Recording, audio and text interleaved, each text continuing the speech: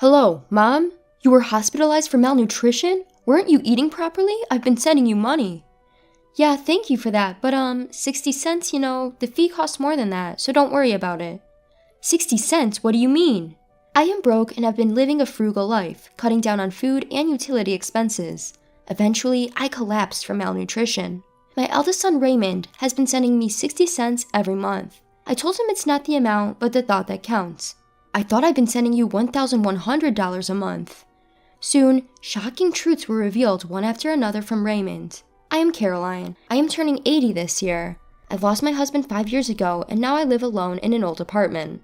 Since getting married, I have been a full-time housewife, relying on my own pension and my husband's survivor's pension as my only income. Life is not easy, and I've been cutting corners day by day. Of course, I save on food expenses, as well as utilities and water bills, and I barely get by living in a cheap apartment. Today, it has been lightly snowing since morning, but I don't turn on the heater to save electricity. I wear a down jacket and layer warm pants in the house to stave off the cold. My fingers are chapped and bleeding from doing chores with cold water. I have frostbite on my left hand, which is swollen and red-black. As I rub my stiff fingertips while cleaning up after lunch, my daughter-in-law, Samantha, comes to visit. Hello, mother-in-law. I brought this week's medicine. It's the usual $80. Samantha brings me medicine every week. Raymond also cares for me, but he's busy as a pharmacist at a large hospital, so Samantha looks after me. A few years ago, Samantha accompanied me to the hospital for checkups, but recently she only delivers the medicine. It's cheaper this way, she says. Honestly, the medicine is a big expense for me, who is broke. However, I am told that stopping the medication will cause discomfort, so I have it delivered every week. Samantha used to be a pharmacist at a hospital like Raymond. However, she quit her job after getting married and now works part-time at a local drugstore. I'm always grateful for your help, Samantha. By the way, do you know anything about the box of rice crackers I had stored in the drawer? The one with the kids' scribbles on the lid? It's been missing since last week. I point to the dresser in the back. I had Samantha tidy up around the dresser last week, but the box has been missing ever since. Inside the box, I had kept my hard-earned savings. A box of rice crackers? I don't know anything about that. Maybe you put it somewhere and forgot about it. Can you not blame me? Samantha, perhaps hurt by the suspicion, took the money for the medicine and left with an unpleasant look on her face. I can't argue with that. After putting away the medicine, I grabbed my cane and went toward the post office.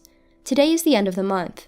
Since my husband passed away 5 years ago, I have had no other income than my pension.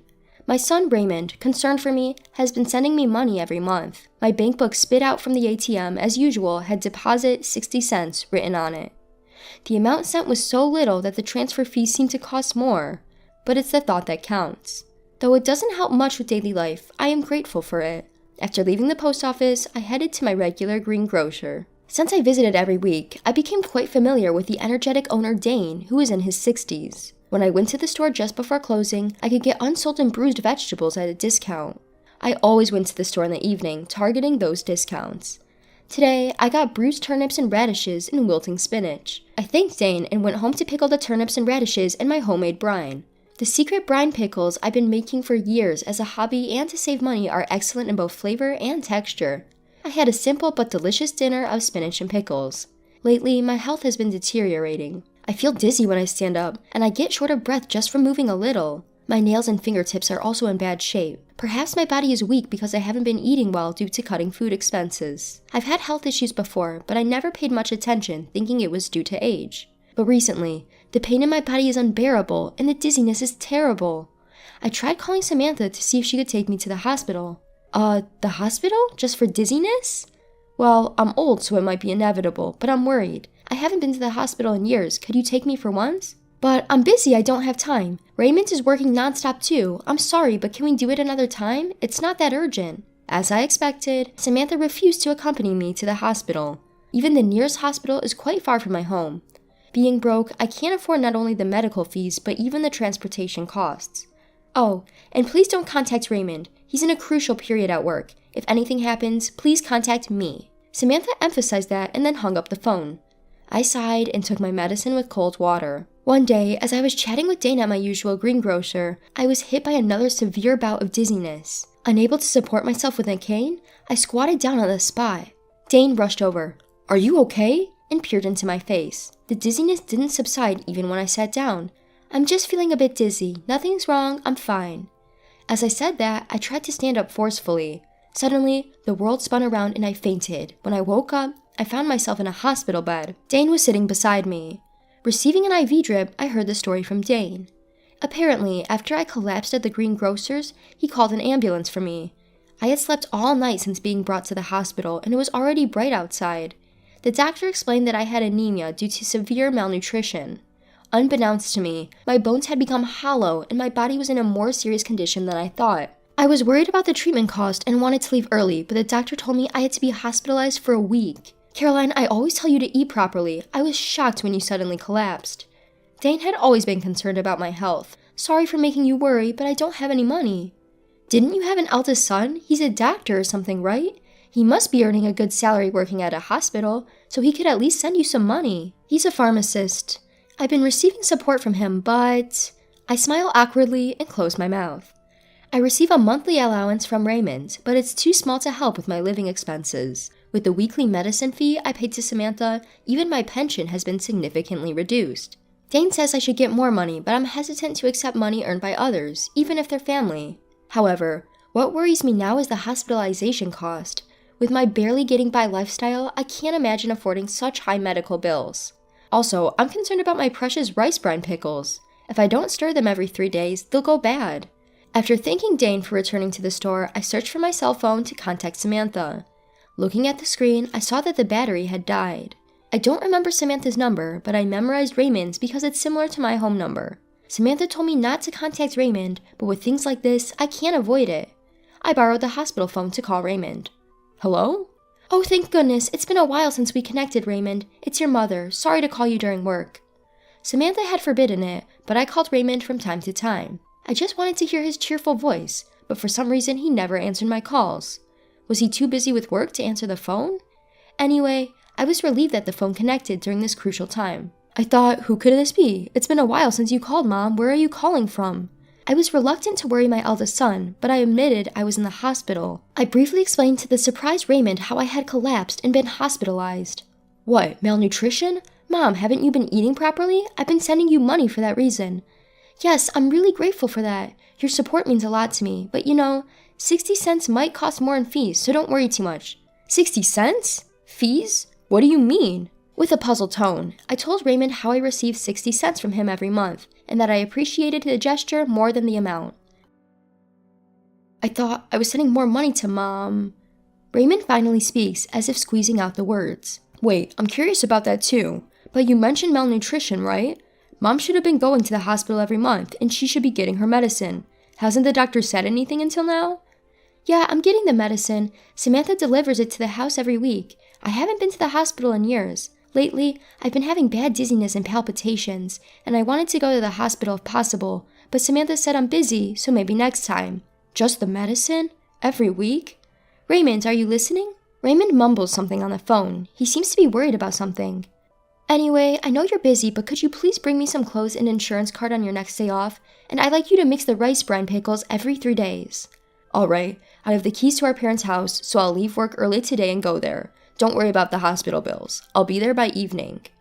Raymond seems strangely preoccupied, but I'm grateful he can come right away. Thanks. Be sure to wash your hands well and mix the pickles with your bare hands.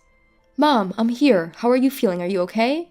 After the call, Raymond shows up in the afternoon. It seems he left work early.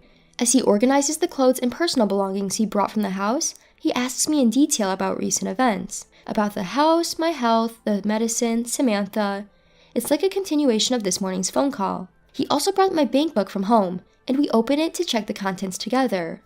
From the date 5 years ago, there's a series of deposit 60 cents entries.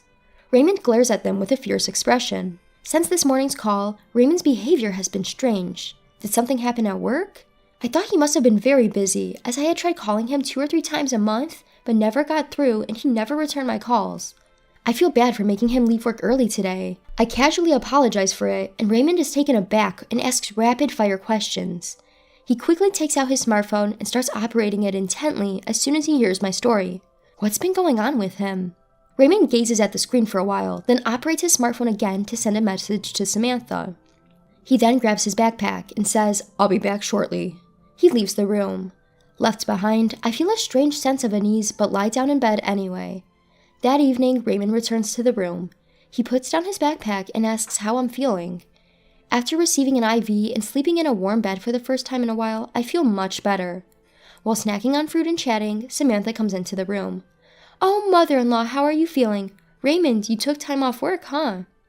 She approaches us with a forced smile and sits in the chair next to Raymond.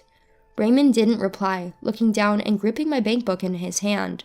Before I could say anything, Raymond spoke up with a voice lower than usual. "Samantha, Mom's malnourished. Do you know why?"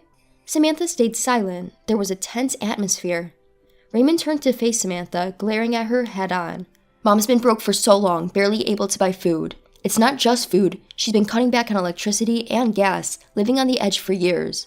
When I went to her place today, there wasn't even a heater in the dead of winter." "Well, wait, Raymond, we're in a hospital. What happened? It's not Samantha's fault there's no money." I tried to calm down the yelling eldest son while hiding my frostbitten, swollen red-black hand. Ignoring me, Raymond continued with an angry tone. "I asked you to send $1,100 to Mom every month, right? But she's only received 60 cents for the last 5 years. Samantha, what's going on?" Saying that, Raymond thrust my bank book at Samantha. On every page there was the number 60 cents. I couldn't believe my ears. I don't remember ever receiving $1,100. The money from Raymond was always 60 cents. Samantha, cornered by the furious Raymond, looked away from the bank book and fell silent. "That's not all. I give you $150 every week for Mom's medical expenses and medication, right? You said you were using the leftover money to buy her necessities and groceries, but there were only withered vegetables in her room. The fridge was empty." "Be quiet. I gave her the medicine." "What kind of medicine? Without a doctor's prescription, you decided to prescribe it yourself. All that was in Mom's house were basic vitamins. You bought some random vitamins at the drugstore where you work, put them in a medicine-like bag, and handed them over, didn't you? What were you thinking?" "I had no choice. I needed the money," Samantha yelled back to the furious Raymond. Even though this was a private room, we were still in a hospital. As I was shocked by the contents of the eldest son and his wife's conversation, I felt anxious. "You needed money? So you stole Mom's precious savings from her dresser too?" With that, Raymond pulled a crushed box out of his backpack. On the lid was a drawing of my husband and me, drawn by Raymond when he was a child. It was the box of rice crackers I had been searching for the last week. I, too, was so shocked that I gasped. What? No way!" I didn't want to believe it either, but I found it while searching through our trash after you said it disappeared a week ago. You really did it, didn't you? Faced with undeniable proof, Samantha turned pale and lost her words. "So what did you do with the $250,000 that was in this box, huh? And the $1,100 you were supposed to send to Mom every month, the hospital fees, and the medicine fees. Where did it all go?" "Stop nagging, there's no money left." Samantha, who had been trembling as she stared at the box, eventually stood up, knocking over her chair, and yelled back defiantly. "It's all your fault anyway. You always ignored me and focused on your mother. Ben is way better than you, my husband." "Huh? Ben?" "He's the coolest host at the club around here. I've been supporting him, and soon he'll be number 1. He said he's saving all the money I've given him for our life together." As Samantha excitedly continued talking, both Raymond and I stared at her blankly. I didn't quite understand, but it seemed she had fallen for a man and was providing him with money. Apparently, she needed a lot of money for that. "All right, Samantha, I get it. Let's get a divorce right here for the sake of your life with this Ben guy." Raymond quietly said this and took out the divorce papers and a seal from his backpack, placing them on the side table. "I never want to see your face again. Sign the divorce papers here, pack your things tonight, and leave the house. I'll stay at the hospital tonight." "What? Don't be so selfish. You can't just suddenly—" "Samantha, do you even realize what you've done? Faking medicine, stealing money. If you don't want a divorce, we can go straight to the police instead." Samantha, who had been so confident, flinched under Raymond's intimidating gaze, and eventually started making tearful excuses. I had no choice. My part-time job wasn't enough. I took a little from the money you sent and the medicine fees, but I know it was wrong. Besides, neither you nor your mother noticed for years, right? You both share some responsibility." "Enough. I don't know when you did it, but you went through my phone and blocked Mom's number. You even told her not to contact me, didn't you? You deliberately kept us apart and exploited her without getting caught." Raymond slammed the divorce papers on the table with his fist. Samantha flinched. "Anyway, Samantha, this is goodbye. I'll make sure you pay back every penny you've taken from us. Remember that if you don't, we're going to the police." Finally realizing the gravity of her actions, Samantha couldn't say anything and signed the divorce papers with tears in her eyes. Samantha left the house that night as Raymond had told her to, like she was running away. In exchange for not reporting her to the police, Raymond made sure to demand repayment of the money she'd taken. The amount she'd taken for the last 5 years since my husband's death, including the money for living expenses and medicine in my savings, totaled to over $900,000. I was shocked. Samantha later lost contact with the host she had given so much money to and went berserk in the club, getting herself banned. Bad rumors seemed to spread from nowhere, and before she knew it, they reached her part-time job, resulting in her being fired. With her income gone and not a penny to her name, Samantha couldn't rent an apartment and had to spend some time sleeping in internet cafes, but what happened to her after that is unknown. I had almost given up on getting back the money Samantha had taken as she had disappeared, but her family, who learned of the situation, decided to repay the debt in small amounts on her behalf. It might be difficult to recover the full amount of stolen money, but I was happy with their gesture. After being discharged from the hospital, I decided to leave with Raymond. We're living peacefully together in the house Samantha left, just the two of us. I had been forced to live a difficult life, being exploited by Samantha, but now in our warm, comfortable home, I'm eating well and my health has improved. Dane, the greengrocer who has always been worried about me, finally felt relieved. I still continue to make my specialty pickles. I used to do it just as a hobby and for saving money, but now, with Raymond's help, we're sharing information on how to make good pickles and delicious pickle recipes. In a few years, my pickle channel became hugely popular, possibly because an 80-year-old content creator was a novelty, and now it brings in an amazing income. I had always thought that making money was impossible for me, as I had never worked as a full-time employee, but even I can be useful to others. More than earning money, I've come to know the happiness of bringing joy to others, and now live a fulfilling life every day.